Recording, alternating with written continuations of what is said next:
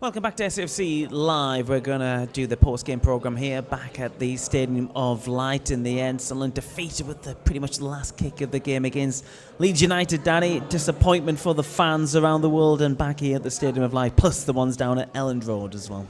Yeah, of course, yeah, especially from getting the lead in the first half. I thought set up in the first half was excellent. We had counter-attacks, we had some good control at times on the ball and looked a little bit reassured in terms of controlling the game. And when you go to Elland Road and teams who are at the top end of the table and they're going to have a lot of possession, you've got to make it count when you get the ball. We've done it in the first half, setting off from the first whistle, really 46 minute onward. Couldn't get into the game. We couldn't keep hold of possession. It kept coming back. Obviously, we made some changes later on, and it didn't really affect too much, to be honest. And the disappointing thing as well is coming from the fact that the goals they've scored, they didn't really carve us open from open play too many times, but it's come from two set pieces, strike off the bench. Rothwell off the bench as well. Yeah, Rothwell off the bench as well, and two headers, wasn't it? So that's the disappointing thing as well, that, you know, as good as we were in the first half, was it 10 corners I think Leeds had? 10 or 11? 10. We had 0. We defended them pretty well throughout the evening, especially in that first half where they had the majority of those, but it caught up with us in the end. And I think, yes, we looked a little bit leggy. We did make one or two changes, but we didn't really have any impact on the game in that second half. So credit to Leeds. Listen, they kept on going. You could hear the crowd were getting a little bit restless with them, but they kept on going to the end and probably deserved the result, if I'm honest.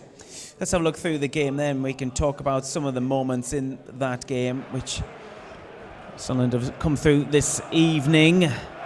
Enzo Lafayette. Yeah. This ball across early on for Job, and Elliot getting down well. Big chance early on, wasn't it? Yeah, Enzo, again, we didn't see too much of him going forward this evening. The fact that we didn't have a lot of the ball, he had to do a lot more work in our half of the pitch, didn't he? But that one there, he cuts it back. Job steps onto it. Difficult one in terms of, you know, people might say, does he put his laces through it? But there's 3 or 4 white shirts in front of him there, and I think he tries to place it in that bottom corner. Obviously, Mellier's across to deal with it. But in terms of the first half, yeah, I think Leeds, you said 59%. Anthony Patterson hasn't really had a save to make as well for all the possession Leeds have had. Set pieces, as we're saying there, we were quite well organised. And then, as I said a few minutes ago, when we got the ball, we had a little bit more composure about us in the first half, which wasn't there in the second half. Yeah, I mean, we're just all scratching our heads back here at the Stadium of Light, because, you know, to go so close to even just getting a point and to have it taken away from you in such circumstance. This is Wilson Isidore's goal, though, comes from a bit of some possession. Again, you look at it for all the good play both sides generally have throughout the season. It's quite sort of routine, really, isn't it? We work it between the centre backs. Dan Ballard just plays a nice ball up the line. Isidore gets there, pins Ethan Ampadu, and then he gets too tight, tries to nick it. He rolls him. Ref, credit to him there. He could have looked at it and blew his whistle straight away. He sees well onside there.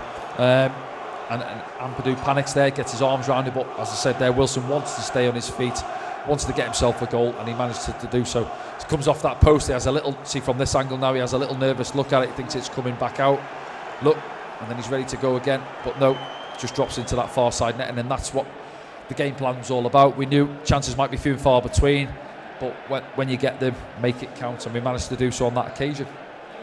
Yeah, another good goal for Wilson Isidore. At that point, Sunderland supporters triumphant at that point in the game, with Wilson's goal in the 32nd minute. And then it was kind of the same approach. That was the reaction back here at the Stadium of Light. A few people going crazy behind us. Many of them have gone home now, of course. Yeah, it's quite behind us now, isn't it? Yeah. No, good scenes. I mean, at that point, when Sunderland went 1-0 up, they didn't really change their mindset or their approach to the game, did they? But Leeds kept on coming. Didn't really pest Anthony Patterson's goal. That's the only save, if you want to call it that, really, wasn't it? Dan James with an effort, and it's powder puff, isn't it? Really, there's no real power behind it, and it was comfortable. So he handled a couple of crosses well, which come into his box as well. We'll have a look at the winning goal in a minute. Again, try and sort of debrief that one. And then we had some good moments, didn't we? And then sort of say second half, we're trying to get into the game. Early on, you could sense that they were pinning us back into our half, our defensive third. I mean, a lot of moments like these, really, but you could hear the crowd was starting to get behind Leeds, weren't they? And I was thinking, are we going to look to maybe change? You mentioned, it's Daniel Farke looking to change it. I'm thinking we perhaps need to change it here. It's difficult when you don't have a lot of the ball and the hard yards you're having to put in. Chris Ridge, your prime example. Time and time again, you're seeing him, those little 10-15 yard bursts he's putting in without any real rewards, really, in terms of having any possession. That, I don't think that's handball. I think his arm's there and it's smashed at him from 2 or 3 yards away. This one now, Patrick cutting inside. Strange one for Patrick. Again, hard to sort of judge him in terms of attacking. Didn't have too much to go on. Obviously played a part in the equalising goal, giving the free kick away, didn't he? And we're going to look at that now, I think. But yeah, you could just say in sort of moments in the first half where we were getting up to bodies and stopping those ones, it saps your legs and it becomes difficult. And then, as I say, Patrick's give the free kick away there, bit of a lazy leg. He gets himself back in goal side and then lunges at Firpo, and then I think Salis ends up on the floor. Decent ball in from Rothwell, in swinger. Anthony Patterson, I don't think he can come and get involved, to be honest. There's several bodies in front of him there. He's almost relying on his lads to help him out, and then there's a gap. You see the gap there because Salis has gone down. Is there a foul on Salis Abdul Samed? I don't think so. I think he leans into him. I think he goes down too easy. And then here's the second one now. So just Rothwell. Have a look. Yeah, Rothwell again, set piece, out swinger. There, I think we've got to do more on that one as it's dropping down. I think it's Salis again. Both set pieces involved. That one there, Lefay dives in. Stand your ground, make him beat you. He dives in, and then he just chops in Rothwell, and that one's onto the left foot. So it's another in swinger. Sam Byram thinks it's gone at that point. Yeah, Ramazani. Yeah, it's fortunate from there. Now, don't dive in there. Stay your ground, make him beat you. And then it's whipped in with pace, isn't it? And then Stroik just waltzes through the bodies. Look there, and then Anthony Patterson. I mean, there's pace on it there. Can he get a punch on it? He's at stretch, isn't he? Stroik comes in off the bench, couple of goals. And unfortunately, from our point of view, no points. Let's have a look at the league table, what that does for Leeds anyway. We're pretty secure in fourth. There we go. Someone's just said we're going to win every game from now on the way out. That'll be good.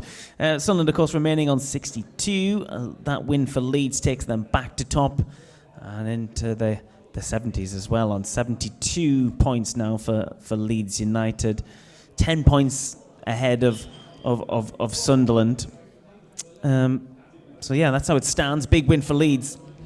Massive, yeah, gets them back obviously above Sheffield United, obviously first v second next week, isn't it? I think next Monday, as you said there, but just looking at that gap then, isn't it, to Sheffield United? It's a bit of a stretch, isn't it? What we're looking at is 8 points. Yeah.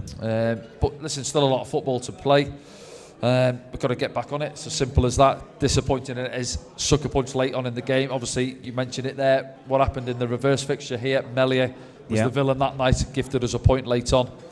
Unfortunately, roles reversed this evening. We come away from Allen Road without a point. I said it in commentary as well, Danny. I felt like there was going to be another twist in the game. Yeah, you've said late it. On. But you'd like it from our perspective to be a Sunderland twist, of course. Yeah. But maybe the substitutions just didn't make an impact this night for Sunderland. I was looking at it. Listen, obviously, you're always going to dissect it after the game and think about substitutions now. If it's at 1-1 there, we break away, Mayenda scores. Everybody says subs fantastic, etc. It hasn't worked out. Salis is involved in sort of both of the goals. He was quite advanced when he came on. Yeah, I was surprised. We've never seen him in that position, have we? I thought Joe would have played a bit higher. The one thing you say, maybe it's fresh legs for that last. I'm not sure how long they got. That was it, 10-15 minutes they come on for. Yeah, maybe a little bit longer. Energy just buzzing round, really, trying to go and press. But yeah, trying to get Mayenda. I don't think he touched the ball for 5-10 minutes when he come on the pitch. He had that little bit of possession down the right hand side, but we didn't carve out too many openings in the second half. And as I said, obviously that's as a result of us spending 90% of the half in our own half. Okay. I think that's it for us this evening. As the last few punters enjoy the remainder of their drinks here at the Stadium of Light. We go again on Saturday. It's a 12:30 p.m. kickoff, but we'll be on air from 11:45 a.m. On SAFC Live, broadcasting around the world. Of course, you can buy your matchday streaming passes right now. Don't forget to pick up some of these new jerseys and track tops as well, and bucket hats. You can get them at safcstore.com. as well, this limited remix series from Hummel. Okay then, we'll see you on Saturday. We'll see you soon.